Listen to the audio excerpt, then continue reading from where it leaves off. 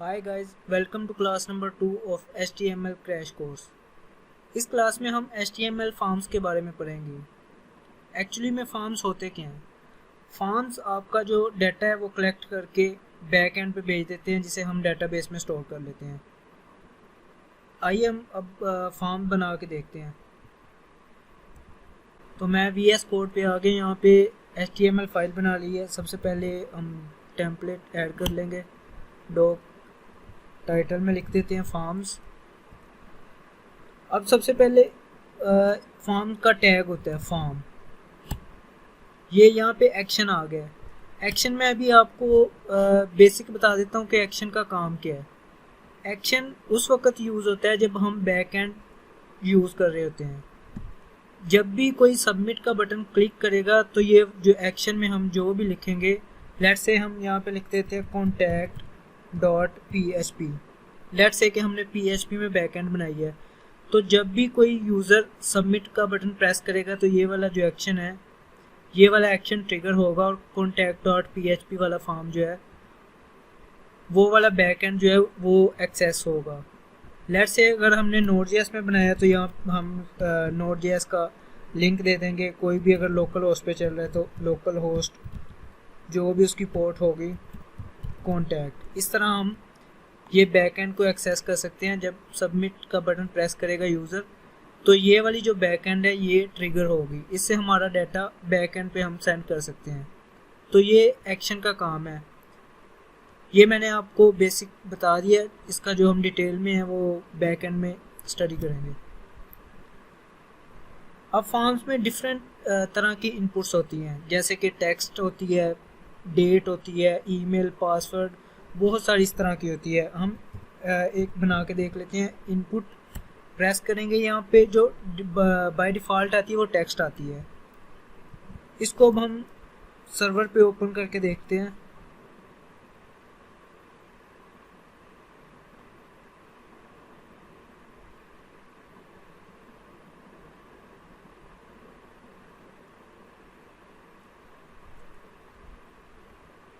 ये हमारी जो है इनपुट बन गई। ये फॉर्म के ऊपर है। यहाँ पे ऊपर हम हेडिंग दे देते हैं एक H2।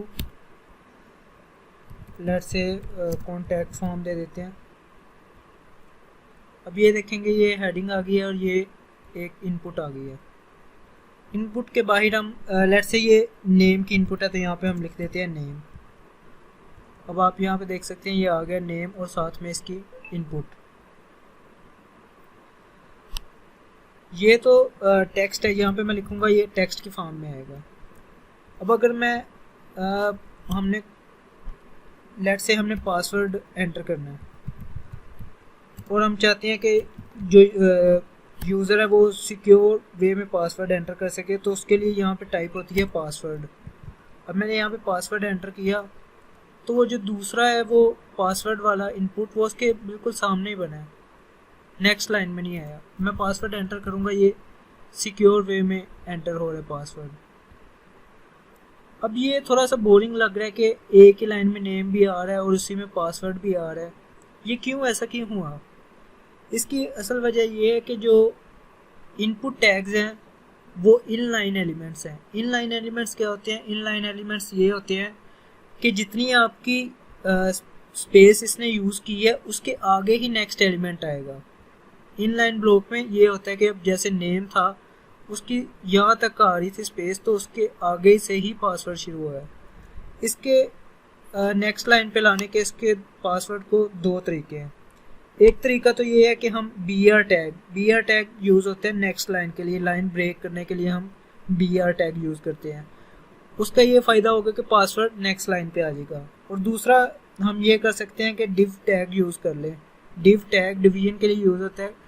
मीन्स कि आप एक ब्लॉक जो है वो एक div टैग में रख देते हैं, दूसरा जो आपका कंटेंट है एक तरह का वो आप किसी दूसरे div टैग में रख देते हैं।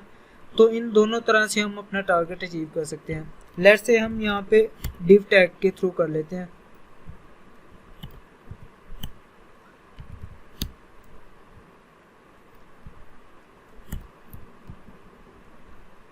अब आप देख रहे होंगे कि यहाँ पे जो पासवर्ड है वो नेक्स्ट लाइन में आ गया। अब ऐसा क्यों हुआ?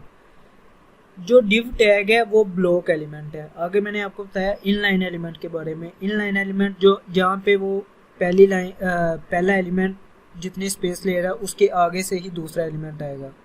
लेकिन जो ब्लॉक एलिमेंट्स हैं वो इस तरह के, वो पूरी एक लाइन की विड्थ लेता है, उसके अगली लाइन से जाके वो स्टार्ट करता है। तो इस वजह से हमने नेम को एक डिव में रखा तो उसने वो वाला जो है पूरी लाइन विड्थ ले ली है, पासवर्ड उससे नेक्स्ट वाली लाइन में आया है। लेट्स से हम कंट्रोल जी करते हैं और br टैग देखते हैं। अगर हम यहाँ पे br टैग यानी कि ब्रेक लगा देते हैं तो भी हमारा टारगेट अचीव हो गया है, वो पासवर्ड जो है वो नेक्स्ट लाइन में आ गया है। इनके अलावा और भी बहुत सारे जो है वो इनपुट टाइप्स होती हैं। यहाँ पे अगर कोई जेंडर सेलेक्ट करना है तो उसके लिए हम रख देते हैं इनपुट चेकबॉक्स और आगे लिख देते हैं मेल, और एक दूसरा इनपुट बना देते हैं चेकबॉक्स का और साथ में लिख देते हैं फीमेल। अब यहाँ पे जेंडर आ गया, मेल या फीमेल, ये चेकबॉक्स की टाइप है। यहाँ पे हम फिर br टैग एंटर कर देते हैं तो वो नेक्स्ट लाइन में चला जाएगा। इसके अलावा जो इनपुट टाइप है वो सिलेक्ट की भी सिलेक्ट टैग होता है एक।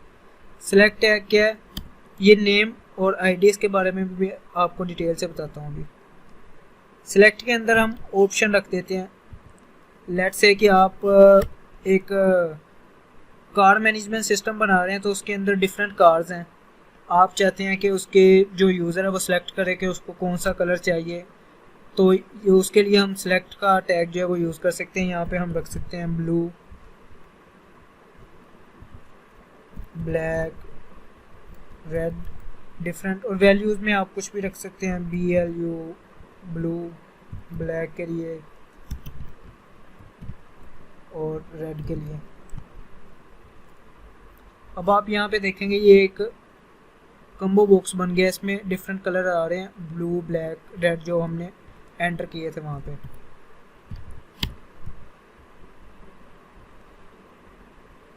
इसके अलावा एक कलर का भी इनपुट टाइप होती है, इनपुट, और यहाँ पे मैं लिख दूँ कलर,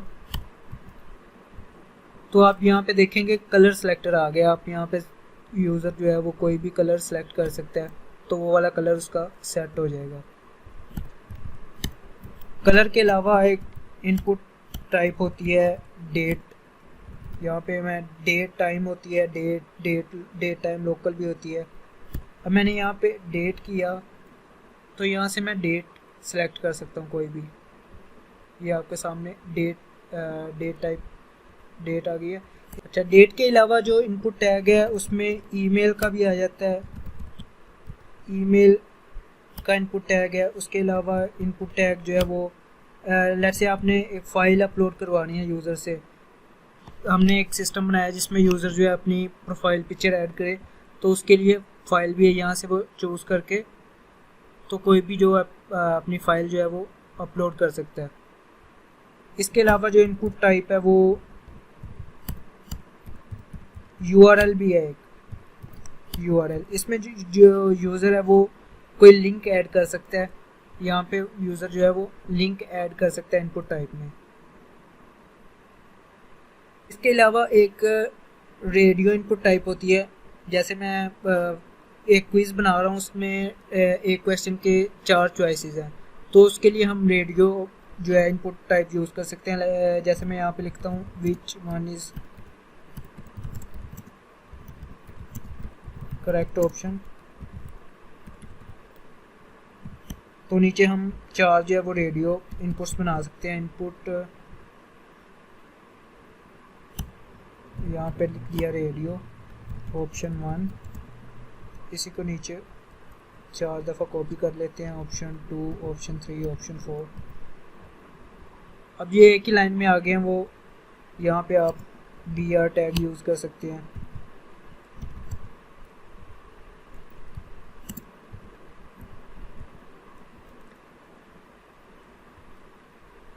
यहाँ पे भी लगा लेंगे। तो अब आप देख सकते हैं ऐसे आप अगर आपने कोई क्विज़ एप्लीकेशन बनानी है तो उसमें आप इस तरह रेडियो जो है वो रेडियो इनपुट टाइप्स हैं वो यूज़ कर सकते हैं। आप के सामने यहाँ डिफरेंट इनपुट टाइप्स लिखी हैं। जैसे पहले इनपुट टेक्स्ट है, टेक्स्ट में आप कोई भी टेक्स्ट लिख सकते हैं। फिर रेडियो आपको बताया, चेक बॉक्स, सबमिट। अब हम सबमिट को भी देख लेते हैं। अब यहाँ पे मेरा फॉर्म जो है वो ख़त्म हो गया। मैं चाहता हूँ यूज़र इतनी जो डिटेल एंटर है इसका एंटर करने के बाद जो यूज़र है वो फॉर्म को सबमिट कर दे। तो यहाँ पे बटन सबमिट का ऑप्शन है, यहाँ पे मैं लिख देता हूँ सबमिट। मैं इस तरह बटन बना के भी लिख सकता हूँ और दूसरा इसका वे ये भी है कि इनपुट और यहाँ पे टाइप की जगह मैं सबमिट लिख दूँ। दोनों वे से सेम काम होगा। ये आप देख रहे होंगे दोनों जो है वो बटन ही बने हैं। तो ये इनपुट टाइप एक सबमिट भी है। तो इनपुट टाइप वो टेक्स्ट एरिया है। जैसे हमने कोई ज़्यादा टेक्स्ट एंटर करवानी है तो वो हम टेक्स्ट एरिया में करवा सकते हैं। जैसे मैं लिखता हूँ राइट अबाउट योर सेल्फ। तो इसके लिए हमें ज़्यादा स्पेस चाहिए तो वो हम टेक्स्ट एरिया यूज़ कर सकते हैं। यहाँ पे कोल्स और रोज़ हैं। कोल्स का मीन्स कि आपको कितनी आपने टेक्स्ट एरिया की विड्थ कितनी रखनी है, और रोज़ का ये है कि आपने कितनी उसकी हाइट रखनी है। जैसे यहाँ पे 10 रोज़ हैं तो ये 10 रोज़ का बना है। अब मैं जाके कर देता हूँ रोज़ 5। तो आप देखेंगे इसकी विड्थ जो है वो हाइट जो है वो कम हो गई है। इसी तरह अगर मैं कोल्स कम करता हूँ तो इसकी जो विड्थ है वो कम हो जाएगी। तो ये कोल्स और रोज़ का ये काम है। इसके अलावा हम डिफरेंट जो दूसरे इनपुट हैं वो भी देखते हैं। डिफरेंट इनपुट टाइप्स हैं। जैसे रेडियो देखा हमने, चेक बॉक्स देखा, सबमिट का देखा कि अगर यूज़र ने फॉर्म को सबमिट करना है तो वो लास्ट पे सबमिट बटन या इनपुट टाइप सबमिट हो सकती है। उसके बाद पासवर्ड आ जाता है। टेक्स्ट एरिया देखा हमने, और यहाँ पे कलर देखा, डेट टाइम लोकल देखा, ईमेल, फाइल देखा। इसी तरह एक हिडन होता है, इमेज होती है, मंथ, नंबर। ये डिफरेंट तरह की जो इनपुट्स होती हैं। पासवर्ड, रेडियो, रेंज, रीसेट का ये है कि वो फॉर्म को जो क्लियर कर देता है। सर्च वाला सर्च आपने अगर करना है वो आप इनपुट टाइप हो सकती है। इसी तरह सबमिट हो सकती है, टेलीफोन हो सकती है, टेक्स्ट टाइम हो सकती है, यूआरएल लिंक हो सकता है, वीक में जो है इनपुट टाइप हो सकती है। तो इस तरह बहुत सारी इनपुट टाइप्स हैं। लेकिन ये कुछ अच्छा नहीं लग रहा है, बोरिंग सा लग रहा है।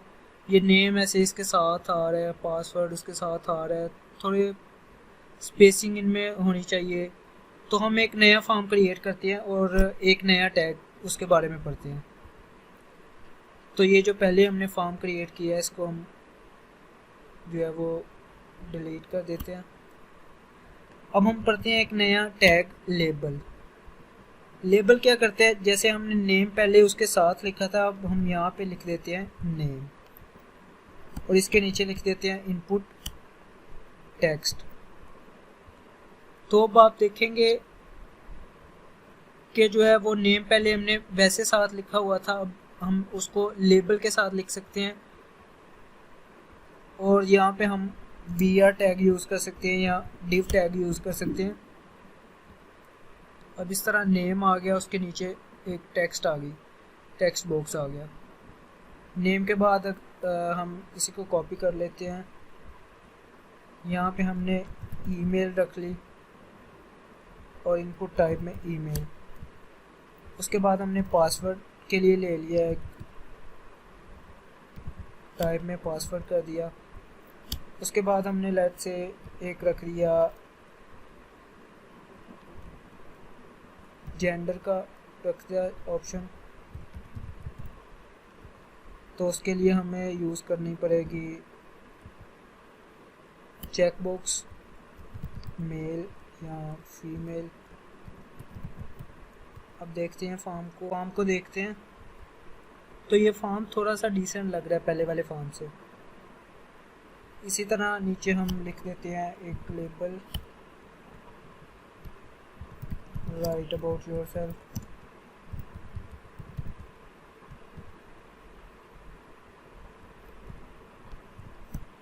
और नीचे टेक्स्ट एरिया बना देते हैं और लास्ट पे हम एक सबमिट वाला बटन लगा देते हैं।